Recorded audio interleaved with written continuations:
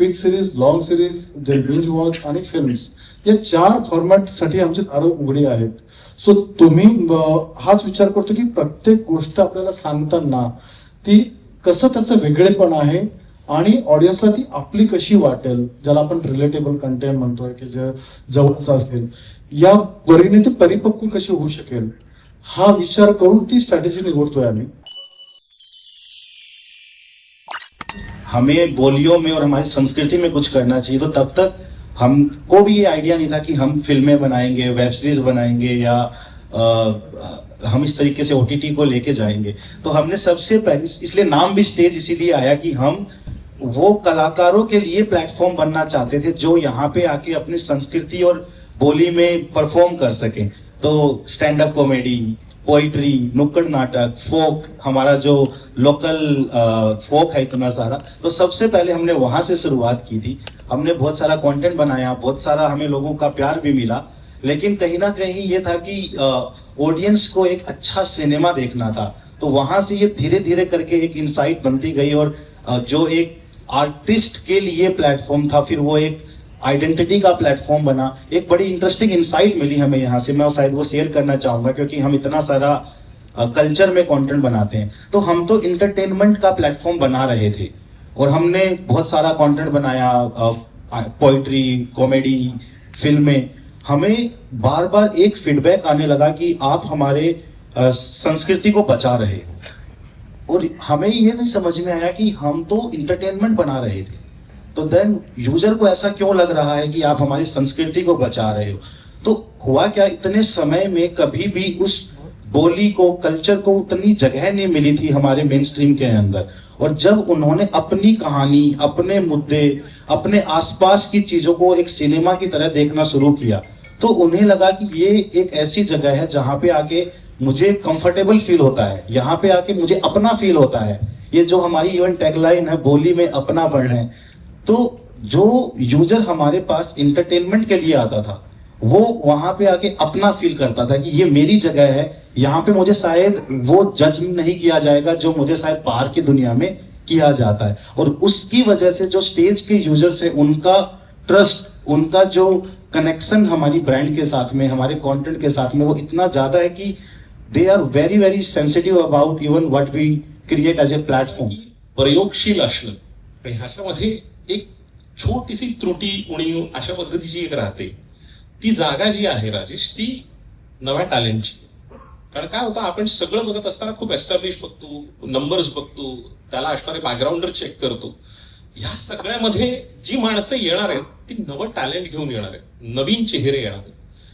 या कथाकारांसाठी, या दिग्दर्शकांसाठी, या आर्टिस्टसाठी, या म्युझिक डायरेक्टरसाठी कशा अर्थाने स्टेज त्यांना स्वीकारायला तयार आहे. कारण आत्ताच्या घडीला सगळ्यात मोठी गोष्ट आहे, प्रत्येक ओटीटी ज्या वेळेला मराठीचा कॉन्टेंट घेऊन जातो आपण, त्यावेळेला एकच गोष्ट की हे नवीन आहे, हे एक्सपेरिमेंट आहे, हे नाही काय बघत. आणि मराठीत असेल, बंगालीत असेल, मल्याळम मध्ये असेल, या तिन्ही इंडस्ट्रीमध्ये आजच्या घडीला वेगळ्या अर्थानं परिवर्तन घडतंय, वेगळ्या अर्थाने बदल घडतोय, वेगळ्या अर्थाने एक प्रयोग केला जातोय. तर अशा वेळेला स्टेज हे स्वीकारण्यासाठी कितपत तयार आणि कशा अर्थाने तुमची कॉन्टेंट स्ट्रॅटेजी असते? निश्चितच चांगला प्रश्न होता.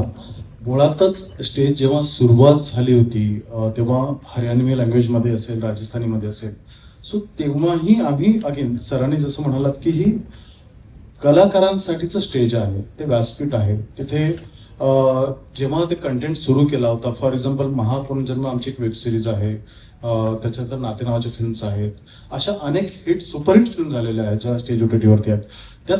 त्या प्रांतातले जे लोकल आर्टिस्ट आहेत ज्यांच्याकडे तिथे व्यासपीठ नव्हतं, त्यासाठी आम्ही व्यासपीठ दिलो आणि त्यांनी सुपर काम केलेलं आहे.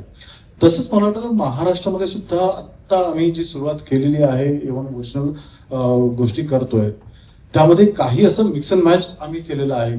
फॉर एक्झाम्पल सांगायचं तर आमच्याकडे चांगले नोन आर्टिस्ट पण आहेत, त्यांना घेऊन मी कंटेंट करतोय.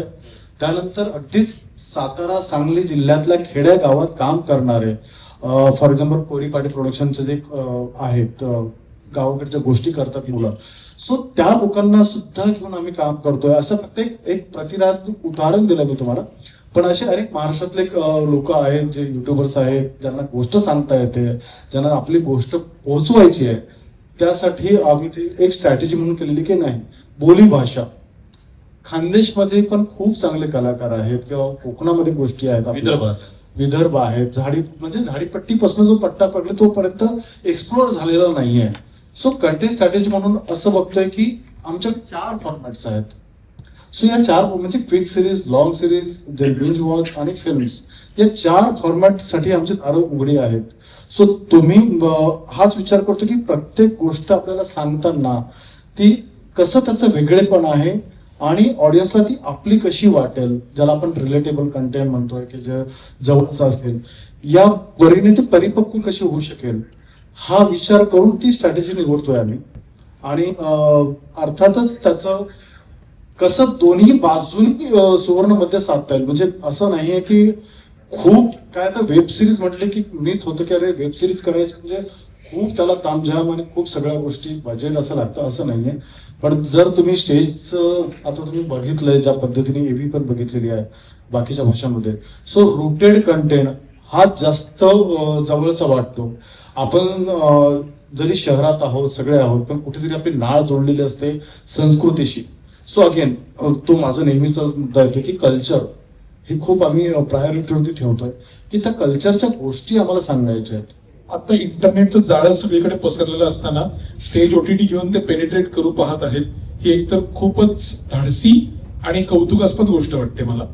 आणि कलाकार म्हणून आमच्यासाठी काय एक नवीन उत्तम तुझ्या माझ्या सगळ्यांसाठीच इतका चांगला प्लॅटफॉर्म उपलब्ध झालाय, इतक्या वेगवेगळ्या पद्धतीचं क्युरेशन ते करत आहेत.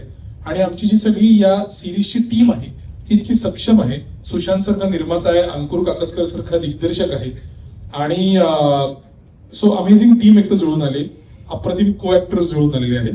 आणि we are very happy to be associated initially with Stage OTT, आणि I hope this continues for a long time now.